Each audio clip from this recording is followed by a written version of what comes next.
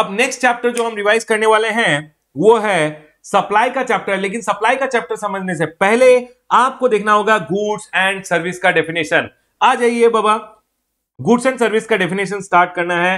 पहला चीज जो आपको जीएसटी में सीखना पड़ता है वो है गुड्स और सर्विसेज का डेफिनेशन। सर गुड्स का डेफिनेशन कहां दिया हुआ है? सर गुड्स का डेफिनेशन दिया हुआ है 2 क्लॉज 52 में। सर्विसेज का डेफिनेशन दिया हुआ है 2102 में। सर गुड्स का डेफिनेशन क्या बोलता है? Goods means every kind of movable property. जो भी प्रॉपर्टी मूवेबल होगा वो गुड्स होगा। गुड्स का डेफिनेशन बोलता है goods means every kind of movable property. Okay sir, done. Goods means every kind of movable property. इसका मतलब इमूवेबल प्रॉपर्टी गुड्स नहीं है। यस बाबा, इमूवेबल प्रॉपर्टी गुड्स नहीं है। इमूवेबल प्रॉपर्टी का डेफिनेशन जीएसटी एक्ट में नहीं दिया हुआ है, लेकिन हम जनरल क्लॉजेस एक्ट से लेते हैं। इमूवेबल प्रॉपर्टी मतलब होता है लैंड।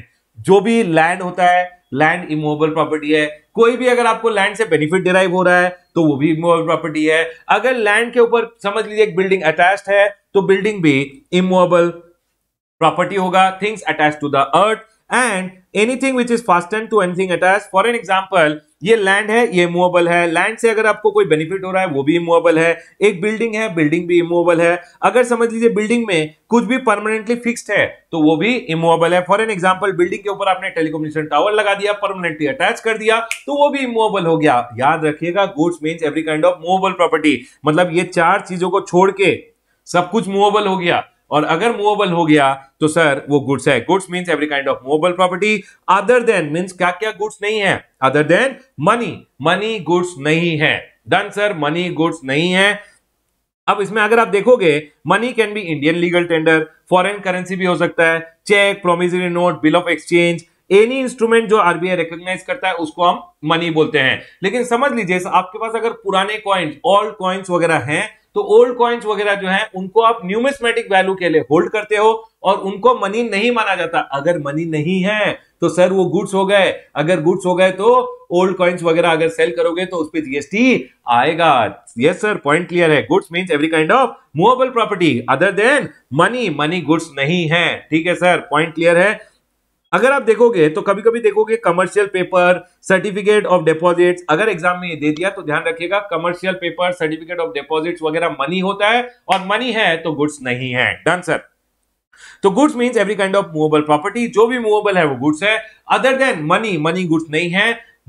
एंड सिक्योरिटी, सिक्योरिटीज भी गुड्स की डेफिनेशन में नहीं आता है। शेयर्स, बॉन्ड, डिबेंचर्स वगैरह।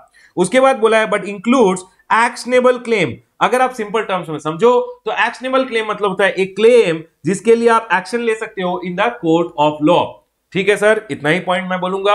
अगर आप जानो तो for your relevance purpose, lottery, betting, gambling, lottery, betting, gambling ही ऐसा एक्शनेबल क्लेम है जिसपे जीएसटी आता है।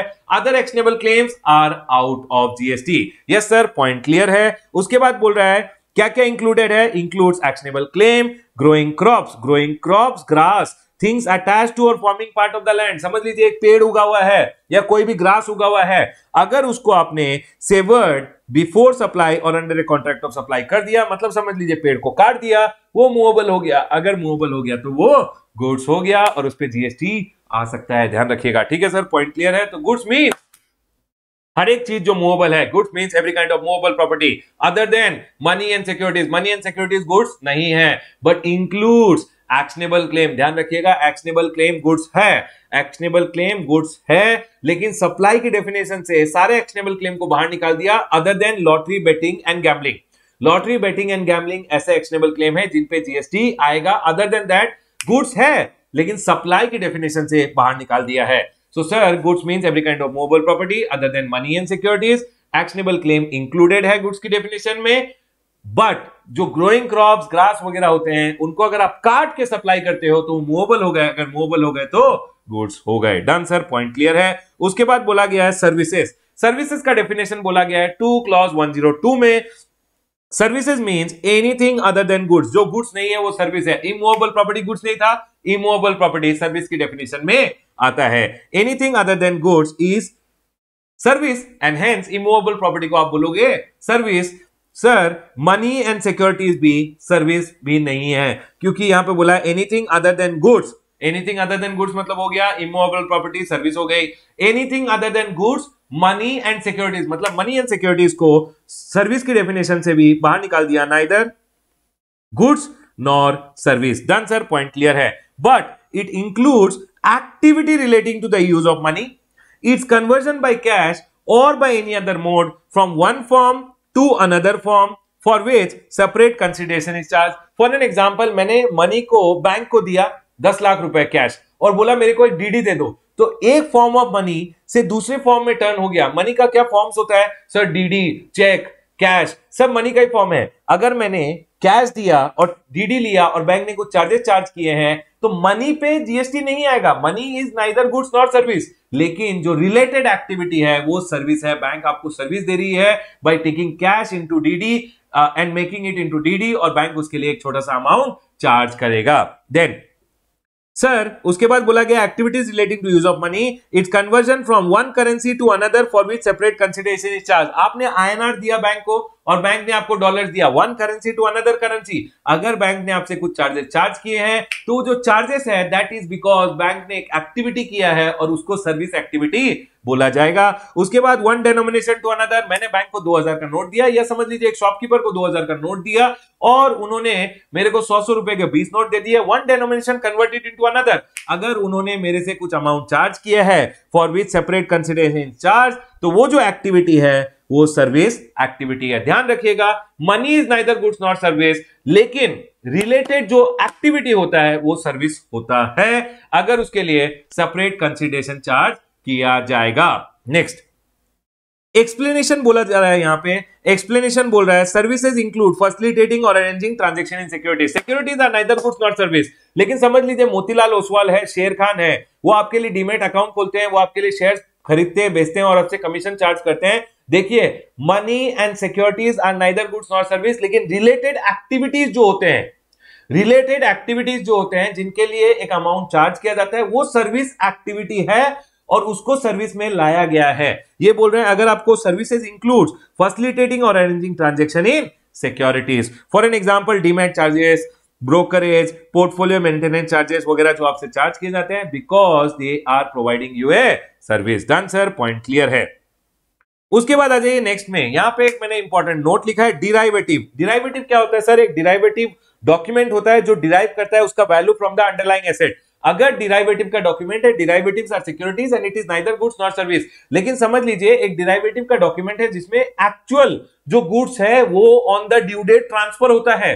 तो अगर एक्चुअल गुड्स जा रहा है तो सर उस केस में आपको ध्यान रखना है वो डिराइवेटिव जो है जब एक्चुअल गुड्स जाएगा तो it's a supply of goods. Done sir, point clear है। डिराइवेटिव सिक्योरिटीज होता है और neither supply of goods not supply of service. लेकिन अगर डिराइवेटिव का डॉक्यूमेंट ऐसा है where the settlement takes place by way of actual delivery of the underlying asset, मतलब समझ लीजिए एक डिराइवेटिव का डॉक्यूमेंट है which derives its value from the underlying gold and on the due date gold actually transfer हो रहा है तो it's a supply of goods और उस केस में जीएसटी आएगा। तो ये बोला एक्चुअल डिलीवरी अगर हो रहा है then such contract would be a normal supply of goods and liable to GST। Otherwise exam purpose के लिए ध्यान रखिएगा, normally derivatives are securities and it is neither supply of goods, it is not goods or services। Done sir, it is neither goods nor services।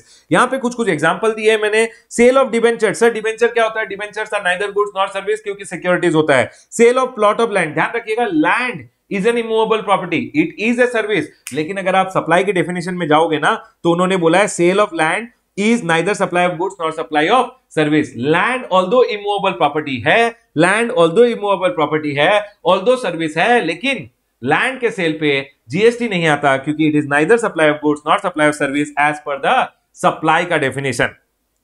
उसके बाद बोला गया cash deposited into bank. आपने cash deposit किया bank में, अरे cash is neither goods not service, उस पे जीएसटी नहीं आएगा। लेकिन अगर बैंक ने समझ लीजिए कैश हैंडलिंग चार्जेस लिया आपसे तो बैंक ने आपको सर्विस दिया with respect to the money, any associated services, GST उस सर्विस पे आ जाएगा। डन सर, पॉइंट क्लियर है।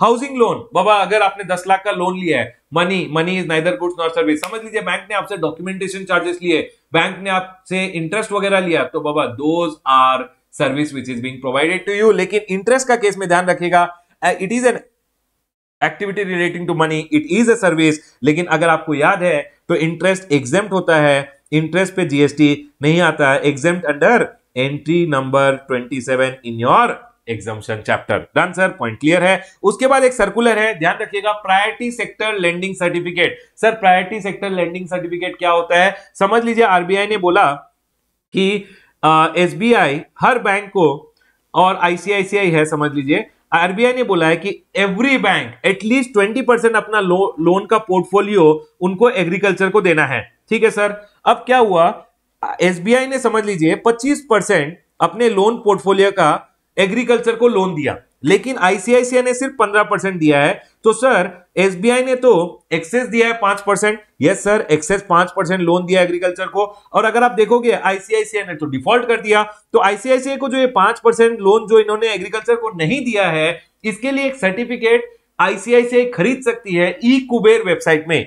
ई कुबेर आरबीआई की वेबसाइट है। ई कुबेर की वेबसाइट में जो ये 5% share 5% priority sector lending certificate है, वो एसबीआई बेच सकती है, एसबीआई बेचेगी और आईसीआईसीआई खरीद सकती है।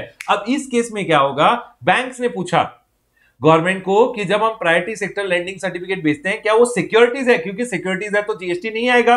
गवर्नमेंट ने क्लैरिफाई किया, बेटा priority sector lending certificates are not securities, they are goods and they are taxable, GST लगेगा। और ध्यान रखिएगा इसको हमेशा इंटरस्टेट ट्रांजैक्शन माना जाता है, क्योंकि ऑनलाइन ई कुबेर की वेबसाइट में किया जाएगा।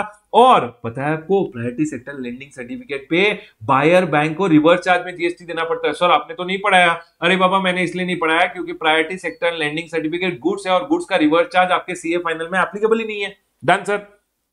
तो यहां क्या बोला गया है, प्रायोरिटी सेक्टर लेंडिंग सर्टिफिकेट जो होता है वो गुड्स है, जो रिसिपिएंट बैंक है वो रिवर्स चार्ज में जीएसटी देगा, वो इंटरस्टेट मानते हुए आईजीएसटी पे कर देगा under reverse charge mechanism. Reverse charge मैंने आपको सिर्फ नॉलेज पर्पस के लिए बोला है, इसको इंटरस्टेट माना जाएगा और IGST payable by home, recipient bank under reverse charge mechanism.